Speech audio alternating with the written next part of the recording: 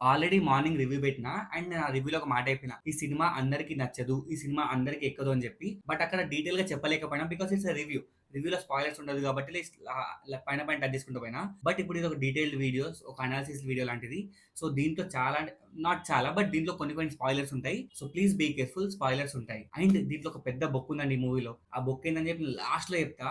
లిటరల్‌గా ఆ బొక్క ఒకటి మీరు విన్నాక అసలు మూవీతో కంప్లీట్ డిస్కనెక్ట్ అయిపోతారు. చాలా పెద్ద అంటే చాలా పెద్ద బ్లాక్ హోల్ ఇది. మూవీ స్టార్ట్ అయిన తర్వాత కొద్దిసేపటికి సత్యదేవ్ పైన ఫస్ట్ షాట్ పడతది. అప్పుడు ఆయన చెప్పే డైలాగ్ ఏందంటే, "నిజం చచ్చిపోయినాదిరా, నిజం చచ్చిపోయినాదిరా ఈ ఇంటిని వల్లకాడు చేస్తారని" చెప్పి. ఎగ్జాక్ట్‌లీ అండి. ఇట్స్ ప్రాపర్ అంటే ప్రాపర్ సెటప్. సినిమా ఎండ్ అయిపోయేది మొత్తం ఈ నిజం చచ్చిపోవడం అనే కాన్సెప్ట్‌తోనే ఎండ్ అయిపోతది. Excellent setup and pay of. అది మీకు డీటెయిల్‌గా మీ మూవీ చూస్తే అర్థమైపోతది. నాకు అర్థమైనంత వరకి ఈ సినిమాతో వెంకటేష్ మహా ఏం చెప్దాం అనుకుండంటే, ఈ ప్రపంచం మొత్తం నిజం అనే ఒక అబద్ధాన్ని నమ్ముతుంది. అండ్ అదే అబద్ధంతో చచ్చిపోతుంది కూడా. మన బతుకే ఒక అబద్ధం అయితే, ఆ అబద్ధంతో పాటు మనం అహంకారాన్ని మోస్తున్నాం, మోస్తున్నాం, మోస్తూనే ఉన్నాం. ఈ పాయింట్‌ని ఎక్స్‌ప్లెయిన్ చేస్తూ క్లైమాక్స్‌లో ఒక సీన్ పడతదండి. గర్వం గంధపు చెక్కది కాదు, దాని పైన పడుకున్న మనిషిది. అండ్ మనం పోయేటప్పుడు మనతో పాటు మన అహంకారాన్ని, మన గర్వాన్ని తీసుకెళ్ళలేము అని చూపియడానికి ఒక పర్టిక్యులర్ సీన్ ఉంటది క్లైమాక్స్‌లో.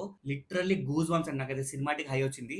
సీన్ ఉండేది హార్డ్‌లీ ఒక 1 మినిట్ అయినా గాని ప్యూర్ మాస్టర్ క్లాస్ సీన్ అది. ఒక చిన్న అనుమానం పెరిగి పెద్దదై ఒక పెనుభూతమై ఒక మనిషిని బతకనివ్వదు. ఆ మనిషిని చావనివ్వదు. ఇది చాలా సింపుల్ పాయింట్ అండి. చాలా సింపుల్‌గా చూపెట్టొచ్చు. బట్ అంత సింపుల్‌గా చూపిస్తే వెంకటేష్ మా సినిమా ఎందుకైతది? ఈ అనుమానం అనే ఒక కాన్సెప్ట్ చుట్టూ కొన్ని కొన్ని సీన్స్ రాసిండండి. మైండ్ బ్లోయింగ్ ఎక్సలెంట్ సీన్స్ ఉంటాయి. సెకండ్ హాఫ్‌లో సమాధి తవ్వే ఒక సీన్ ఉంటదండి. అసలు మైండ్ బ్లోయింగ్ సీన్. ఒక మనిషి తన అనుమానం కోసం ఎంత వరకెళ్తాడు, ఎంతటి నీచ పని చేస్తాడని చెప్పి చూపిచ్చిర్రు. చెప్తున్నా కదా! ఫిదా అయిపోయాను ఆ సీన్‌కి ఫిదా. ఇదే కాకుండా ఈ సొసైటీలో ఇంకొక టాబూ ఉంది. ఒక నలుపు అనే కలర్ దాని నుంచి వచ్చిన టాబూ. ఆ సొసైటీ వాళ్ళ పైన పెట్టే ప్రెషర్ ఒక పర్సన్‌ని ఎంతగా సఫర్ చేస్తదని ఒక పాయింట్ చూపిస్తారు. ఒక సీన్ చూపిస్తారు. చాలా థాట్ ప్రొవోకింగ్ సీన్ ఉంటది. పావురమైనా, దాని పిల్లలైనా అందరికి ఇష్టమే తెల్లగుంటాయి కాబట్టి. బట్ కాకి పిల్లలు మాత్రం కాకికే ముద్దన్నట్టు. ఈ సీన్‌లో ఆ నలుపు అనే ఒక క్యారెక్టర్ ఒక చిన్న పిల్లోడు ఉంటాడు. వాడితో సీన్స్ రాసుకున్నారండి. వాడి సఫరింగ్ మాత్రం ఎంత హార్డ్ హిట్టింగ్‌గా చూపించారంటే నాకు చాలా నచ్చింది. బట్ ఇప్పుడు నేను చెప్పిన ఒక 3, 4 పాయింట్స్ ఉన్నాయి. ఈ పాయింట్స్ అన్ని సెకండ్ హాఫ్‌లో ఉంటాయి. సెకండ్ హాఫ్ చాలా ఇంట్రెస్టింగ్‌గా కొంచెం అక్కడక్కడ లెంతీగా ఉన్నా గాని చాలా ఇంట్రెస్టింగ్ ఉంటది. ఇంత ఇంట్రెస్టింగ్ పాయింట్స్ అన్ని సెకండ్ హాఫ్‌లో పెట్టుకొని మరి ఫస్ట్ హాఫ్‌లో ఏముందంటే ఫస్ట్ హాఫ్‌లో లాంగ్, లాంగ్, లాంగ్ సీన్స్ ఉంటాయండి. లిటరల్‌గా కెమెరా ఆడ ముందర పెట్టేసి వీళ్ళు మాట్లాడుకుంటా ఉంటారు. కన్వర్జేషన్ 2 మినిట్స్ ఉంటది, 3 మినిట్స్ ఉంటది. పోతూనే ఉంటది. కెమెరా ఎక్కడికి కదలదు. జస్ట్ యాక్టర్స్ మాత్రం పెర్ఫార్మ్ చేస్తా ఉంటారు. ఎంత పెర్ఫార్మన్స్ మంచిగా ఇచ్చినా, ఎంత ఔట్‌స్టాండింగ్ బ్రిలియన్స్ పెర్ఫార్మన్స్ ఇచ్చినా గాని, ఒక పాయింట్‌లో బోర్ అయిపోతుంది. అంటే ఇంక స్టోరీ ముందుకు కదలట్లేదు. వీళ్ళు మాట్లాడుకోవడమే తప్పితే స్టోరీ అసలు ప్రోగ్రెషన్ లేదు. దానివల్ల మనకొక ఎక్సైట్‌మెంట్ అనేది లేకుండా పోయింది. ఈ ఆల్‌మోస్ట్ ఫస్ట్ హాఫ్ మొత్తం సెటప్ లాగా ఉంటది. అంటే హీరోకి ఒక వ్యాధి ఉంటది. క్యాన్సర్ కాదు. క్యాన్సర్‌ని మించిన వ్యాధి ఉంటది. అనుమానం అని చెప్పి. ఈ అనుమానం అనే ఒక పెద్ద వ్యాధి వల్ల వాడు ఎంతలా ఎఫెక్ట్ అవుతున్నాడు. వాడు ఎఫెక్ట్ అవ్వడమే కాకుండా వాడి చుట్టూ పరిసరాలు, వాడి చుట్టూ మనుషులు, వాడి వల్ల ఇంకెంత ఎఫెక్ట్ అవుతారని చెప్పి కొన్ని కొన్ని సీన్స్ బ్రిలియంట్‌గా చూపించిర్రు. ఈ అనుమానం అనే కాన్సెప్ట్ వల్ల వాడి బ్రెయిన్‌లో కొన్ని హెల్యూసినేషన్స్ క్రియేట్ అయితాయి. లైక్ రామప్ప ఉన్న రూమ్ మొత్తం తిరుగుతా ఉంటదని బయటకెళ్ళనీయదు. వాడు లేని మనుషులతో మాట్లాడుతా ఉంటాడు. ఆ పెయింటింగ్స్ కదులుతా ఉంటాయి. పెయింటింగ్స్ చూస్తా ఉంటాయి. అబ్జర్వ్ చేస్తా ఉంటాయి. ఇట్లా డిఫరెంట్ డిఫరెంట్ కాన్సెప్ట్ పట్టుకొచ్చి దాన్ని ప్రాపర్ అంటే ప్రాపర్‌గా మూవీలో బ్లెండ్ చేసిండు. అల్టిమేట్ అంటే అల్టిమేట్ ఎక్స్‌పీరియన్స్ ఇచ్చిండు. Again lag. ఫస్ట్ హాఫ్‌లో ఎట్టయితే ఒక లెంతీ కన్వర్జేషన్ సీన్ ఉంటదో డాక్టర్‌కి, రామప్పకి. సెకండ్ హాఫ్‌లో కూడా ఒక లాంగ్ కన్వర్జేషన్ సీన్ ఉంటది. ఈసారి డైరెక్ట్‌గా పాలిటిక్స్ టచ్ చేసిర్రు. ఇండిపెండెన్స్, ఫ్రీడమ్ అని చెప్పి పాయింట్స్ టచ్ చేసిర్రు. టాపిక్ ఇంట్రెస్టింగ్ ఉన్నా గానీ సెన్సార్ వల్ల అంటే ఒక నేమ్ పర్సన్ వాడతారు గాంధీ అని చెప్పి. మాట్లాడితే బీప్ వస్తుంది. మాట్లాడితే మ్యూట్ అయిపోతున్నాయి. దీనివల్ల కనెక్టివిటీ పోయింది. అంటే ఏం చెప్దాం అనుకుంటున్నారు? ఈ అల్టిమేట్‌గా సీన్ అయిపోయిన తర్వాత ఓకే. కాంటెక్స్ట్ ఏంటి? దీనివల్ల మేము ఏం నేర్చుకోవాలని చెప్పి ఒక ఫీలింగ్ వచ్చేసింది. ఒక 2, 3 సీన్స్‌లలో మ్యూజిక్ మరీ లౌడ్‌గా అయిపోయి అంటే కొంచెం వినబడకుండా అయిపోయి డైలాగ్స్ ఏమి అర్థం కావట్లేదు. ఇదే కాకుండా స్లాంగ్ మరీ టూ రూటెడ్ ఉంటది. చాలా ఆథెంటిక్ స్లాంగ్ ఉంటది. దానివల్ల ఒక 2, 3 వర్డ్స్ అనేవి అర్థం కాలేదు. కొంచెం డిసప్పాయింట్ అని కొంచెం కన్‌ఫ్యూజ్ చేసింది. నాకు మూవీ మొత్తంలో పీక్ సాటిస్ఫాక్షన్ ఇచ్చిన సీన్ ఒకటుంది. ఇంటర్వెల్ కన్నా ముందొస్తది. వేర్ సత్యదేవ్ అనేటోడు రామప్ప నుంచి రావు బహదూర్ లాగా మారతాడు. ఈ రామప్ప వాళ్ళ తాతలు, ముత్తాతలు, అమ్మమ్మలు అందరూ దిగొస్తారు. ఆ పెయింటింగ్స్‌లో అందరూ దిగొస్తారు. వాళ్ళు రామప్ప నుంచి రావు బహదూర్ లాగా మారుస్తా ఉంటారు. ఒక సాంగ్ పడతది. 4-5 మినిట్స్ సాంగ్ పడతది. Ultimate mind blowing song. అక్కడ వెంకటేష్ మహా వాళ్ళ తాత లెక్క యాక్ట్ చేసిండు వెంకటేష్ మహా. Brilliant performance. నాకు అప్పటిదాకా వెంకటేష్ మహా గొప్ప డైరెక్టర్ అని తెలుసు గానీ, ఆ సీన్ నుంచి, ఆ సాంగ్ నుంచి, ఆ పర్ఫార్మెన్స్ నుంచి he become one of the greatest performer అని అనిపించింది. నాకు చాలా నచ్చింది. ఆ సీన్‌లో మ్యూజిక్ ఎక్సలెంట్ ఉంటది. ఆ సీన్‌లో కాస్ట్యూమ్స్ ఆల్‌మోస్ట్ ఒక 20, 30 మంది ఉంటే అందరికి రాజుల కాలం నాటి కాస్ట్యూమ్ వాడిర్రు. అల్టిమేట్ అనిపించింది. సీన్స్ బాగుంది. ఏమంటారు దాన్ని ట్రాన్సిషన్స్ ఉంటాయి ఆ సీన్స్‌లో.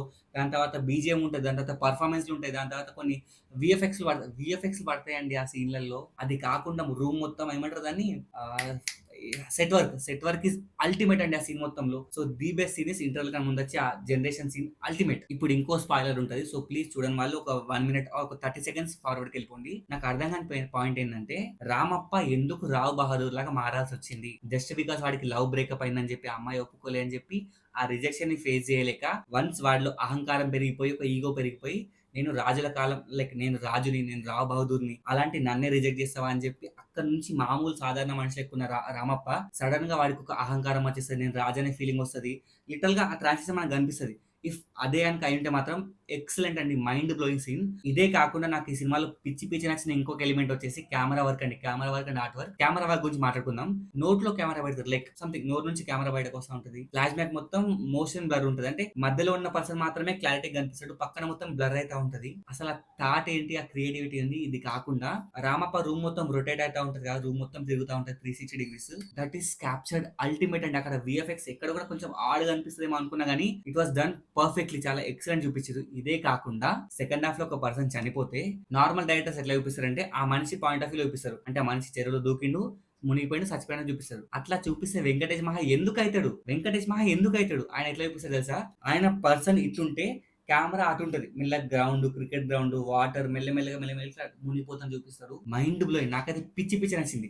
ఇట్లా నేను హార్డ్లీ ఒక 4-5 చెప్తున్నా. నాకు గుర్తున్న మాత్రం చెప్తున్నా. ఇలాంటివి మూవీలో కుప్పలు తెప్పలు ఉంటాయి. కెమెరా వర్క్ తో ఆయన ఆడుకున్నాడు. అండ్ ఫస్ట్ హాఫ్ లో మన రామప్ప అలియాస్ సత్యదేవికి హీరోయిన్ కి ఒక లవ్ ట్రాక్ నడుస్తా ఉంటుంది. ఒక 20-25 మినిట్స్. ఈ ట్రాక్ బ్యూటిఫుల్ ఉంటది. ఎందుకంత బ్యూటిఫుల్ ఉందంటే డైలాగ్స్, ఎక్స్ప్రెషన్స్, పర్ఫార్మెన్స్ ఎస్పెషల్లీ ఎంత బాగా పర్ఫార్మ్ చేసిందంటే ఇట్లా లిటరల్ గా షీఈస్ కమాండింగ్ ద స్క్రీన్ అండి. అంటే సత్యదేవ్ పక్కన ఉన్నప్పుడు ఇంకా మిగతా వాళ్ళు కనపడరు జనరల్ గా అయితే. బట్ సత్యదేవ్ పక్కన పెట్టుకుని కూడా ఎంత కమాండబుల్ వర్క్ చేసిందంటే తను ఎక్సలెంట్ పర్ఫార్మెన్స్ అండి. బట్ నేను ఎక్కడ డిసప్పాయింట్ అయినా అంటే ఇంత మంచి పర్ఫార్మర్ ని ఫస్ట్ హాఫ్ లో చాలా ఎక్సలెంట్ గా వాడుకొని సెకండ్ హాఫ్ లో మూలకు పడేసిరండి. ఆమె మాట్లాడదు, ఆమె ఏం పర్ఫార్మ్ చేయదు, ఆమె డైలాగ్స్ ఉండవు, ఏముండవు. స్ట్రాంగ్ రోల్ రాసుకుంటే మాత్రం సత్యదేవికి ధీటుగా అల్టిమేట్ ఉండేది. దాన్ని చాలా సింపుల్ గా అయిపోగొట్టేసి నాకు ఆ రోల్ నచ్చలేదు సెకండ్ హాఫ్ లో. హీరోయిన్, హీరో వీళ్ళే కాకుండా మూడో క్యారెక్టర్ ఇంకోటి ఉంటారు డాక్టర్ అని చెప్పి సత్యదేవ్ ఫ్రెండ్. ఆ ఫ్రెండ్ కి ఎంత ఇంపార్టెన్స్ క్యారెక్టర్ ఉంటుంది అంటే లిటరల్ గా హీస్ ప్లేయింగ్ ఆడియన్స్ రోల్. అంటే మనం అడిగే క్వశ్చన్స్ అన్ని ఆయన ఆ క్యారెక్టర్ అడుగుతా ఉంటారు. రావు బౌద్ధ వీళ్ళందరికీ అడుగుతా ఉంటాడు. లిటరల్ గా ఆయన వల్లే కామెడీ రిలీఫ్ ఉంది. ఆయన రోల్ చాలా ఇంట్రెస్టింగ్ రోల్, చాలా serious role. But because of his expressions గానీ, ఆ డైలాగ్ డెలివరీ గానీ, ఆ డైలాగ్స్ వల్ల గానీ ఇట్ వాస్ టూ ఫన్నీ అండి. చాలా ఫన్నీ అనిపించింది. But serious role. వీళ్ళందరితో పాటు ఆ ఇంట్లో ఇంకొక మేజర్ హైలైట్ వచ్చేసి పని మనిషి రోల్ అండి. హోమ్ మేకర్ అంటారు కదా, ఆమె స్టార్టింగ్ కామెడీ చేస్తుంది కానీ ఏమో కొంచెం పక్కకు లాగేస్తారేమో, కామెడీ సైడ్ ట్రాక్ అయిపోతుంది అనుకున్నా కానీ ఆమెకి ఫస్ట్ నుంచి ఎండింగ్ వరకు త్రూ అవుట్ ద మూవీ ఆమెకి ప్రాపర్ రోల్ ఉంది. She nailed it. ఆమె వల్ల చాలా అంటే చాలా హెల్దీ ఫన్ జనరేట్ అయింది. లిటరల్ గా ఆమెకి, డాక్టర్ కి, ఆమెకి, మన పోలీస్ ఆఫీసర్ కి, ఆమెకి, రామప్పకి బ్యూటిఫుల్ సీన్స్ పడ్డాయి. షీస్ నేల్డ్ అండి. She's nailed it. మీకు స్టార్టింగ్ లో చెప్పినాక ఒక పెద్ద బొక్క సీన్ ఉంటదని చెప్పి, ఆ బొక్కలో సీన్ ఏంటంటే కంప్లీట్ స్పాయిలర్.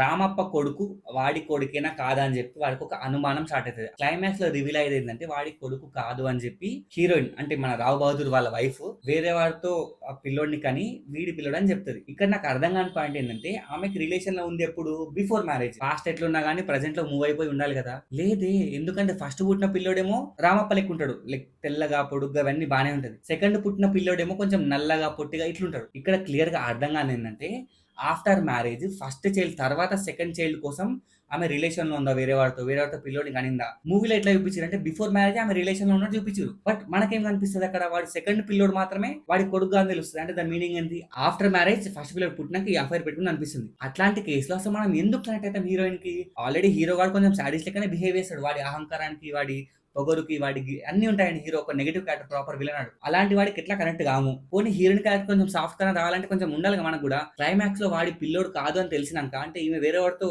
సంథింగ్ అనే కదా. అలాంటప్పుడు ఆ ఎమోషనల్ కనెక్టివిటీ ఎక్కడ ఉంటది? ఒకటి డైరెక్టర్ బై మిస్టేక్ అనుకున్నట్లు చేసిందా, if that is the case screen play mistake. పోనీ రెండోది నిజంగానే చేసిన అంటే ఎమోషనల్ కనెక్టివిటీ లేదు కదా హీరోయిన్ తో.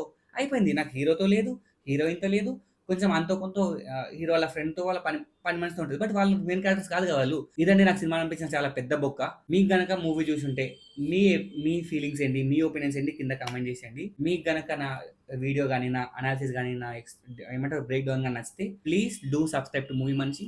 జిందాబాద్.